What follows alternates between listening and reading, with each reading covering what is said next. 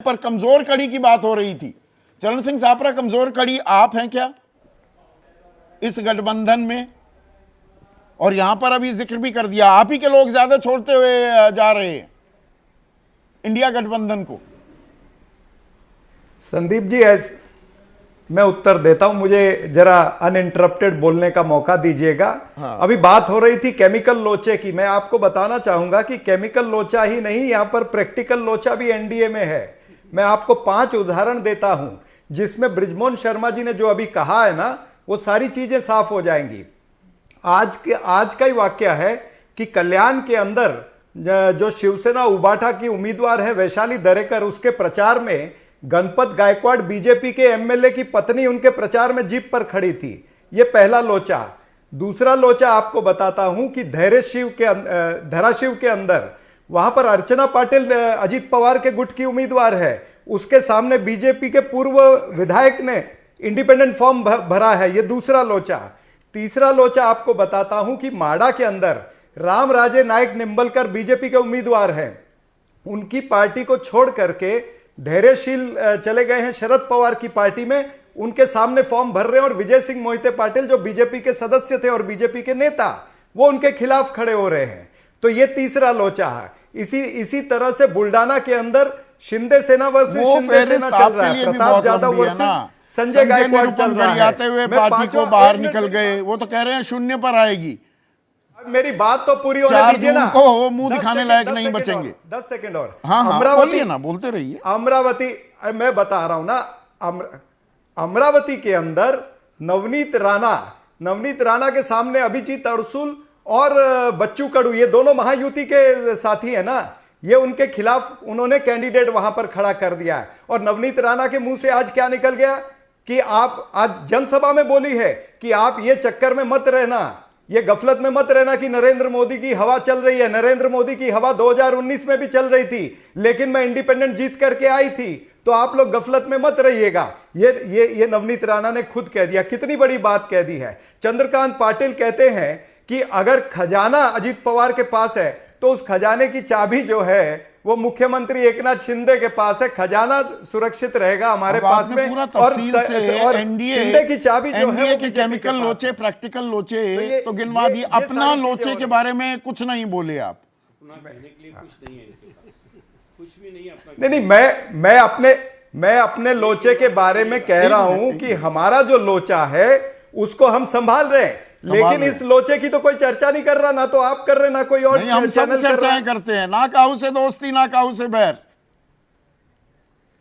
भाई मैंने 5 उदाहरण दे दिए आपको। 5 उदाहरण दे दिए। हमारे सर्वे में एक बात ये आ रही है, 17 सीटें जो लड़ रही है कांग्रेस लड़ रही है महाविकास अघाड़ी में, आप 3 का ही कंट्रीब्यूशन कर रहे हैं जीत में।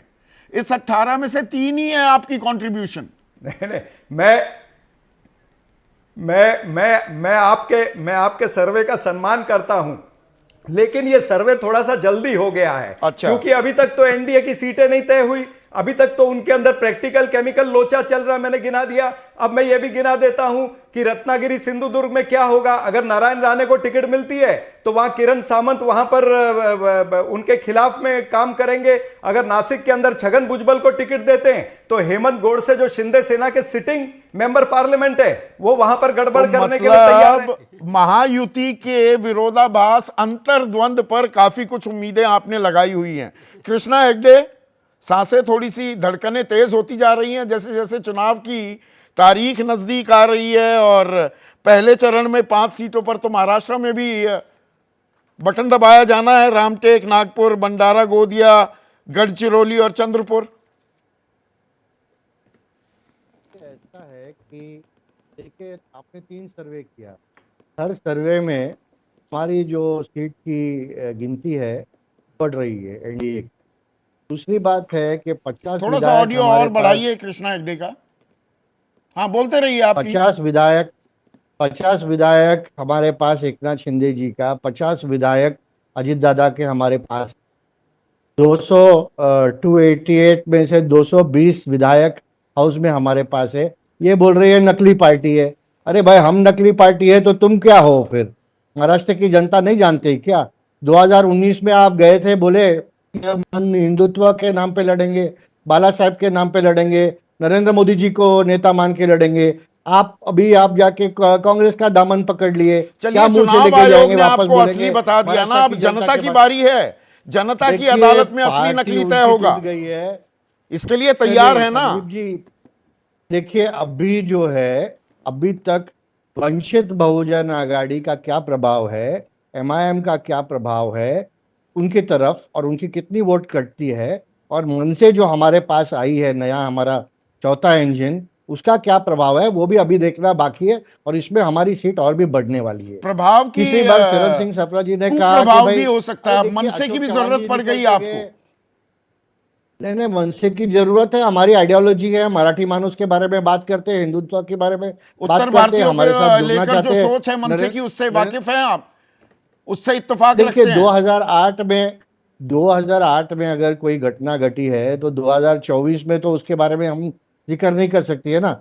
उसके बीच में मनसे ने कितना अच्छा काम भी किया है, टोल के बारे में, इसके बारे में, उसके बारे में। दूसरी बात है कि चरण सिंह सप्रा जी कह रहे थे, देखिए अभी अशोक चव्हाण जी छोड़ के गए, मिलिंद देवराज छोड़ के गए, संजय निरुपम कहाँ है मुझे पता नहीं, रोज इनके एक एक नेता छोड़ के जा रहे।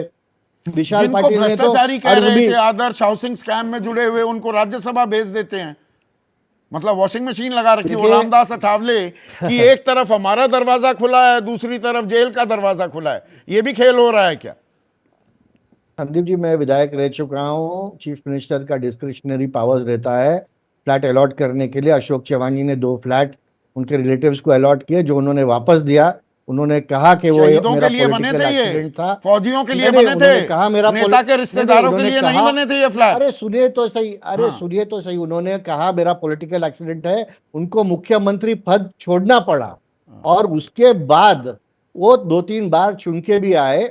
और जो अशोक चव्हाण जी है, वो मुझे नहीं लगता कि उन्होंने जानबूझ के ऐसा कुछ किया, एक डिस्क्रिशनरी, और हाईकोर्ट ने भी कहा है कि उनके ऊपर कोई चार्जेस और जो बीजेपी कह रही थी तो जब नेचुरली करप्ट पार्टी है, एनसीपी 70,000 करोड़ का घोटाला किया, केस बंद हो गए, अजित पवार के खिलाफ क्लोजर रिपोर्ट दाखिल हो गई, प्रफुल्ल पटेल, छगन भुजबल की फाइल ही गुम हो गई, पुलिस कह रही है। देखिए, उन्होंने अजित दादा का नाम नहीं लिया था, उन्होंने कहा नेशनली करप्ट पार्टी, और वो जो करप्ट लोग हैं हमने उनको वहां पर ही छोड़ दिया, हमने अजित दादा को लिया। उनके ऊपर प्रधानमंत्री कोई कह रहे हैं चार्जशीट भ्रष्टाचार नहीं। सबसे बड़ा मुद्दा है, ये महाराष्ट्र के लिए धड़कने तो नहीं बढ़ाएगा। संदीप, मेरा हंसी आ रही है, अजीत पवार के ऊपर कोई केस नहीं है। देखिए, भ्रष्टाचार हमेशा एक मुद्दा रह चुका है, वो सिर्फ महाराष्ट्र के लिए नहीं, पूरे देश के लिए एक मुद्दा है, पूरे और देश के लिए एक मुद्दा है। जैसे ही घड़ी का काटा दोपहर 2:30 पे आए, बबीता जी का दिल सास बहू साजिश के लिए मचल जाए। और ये है इनकी बहू, पूरे दिन ऑफिस की टेंशन हो जाए गॉन जब ये करें अपना फेवरेट शो फ्री टाइम पे ऑन। इनकी तरह आप भी देखें अपना फेवरेट शो अपने टाइम पर, और डाउनलोड कीजिए एबीपी लाइव ऐप अपने स्मार्ट टीवी पर।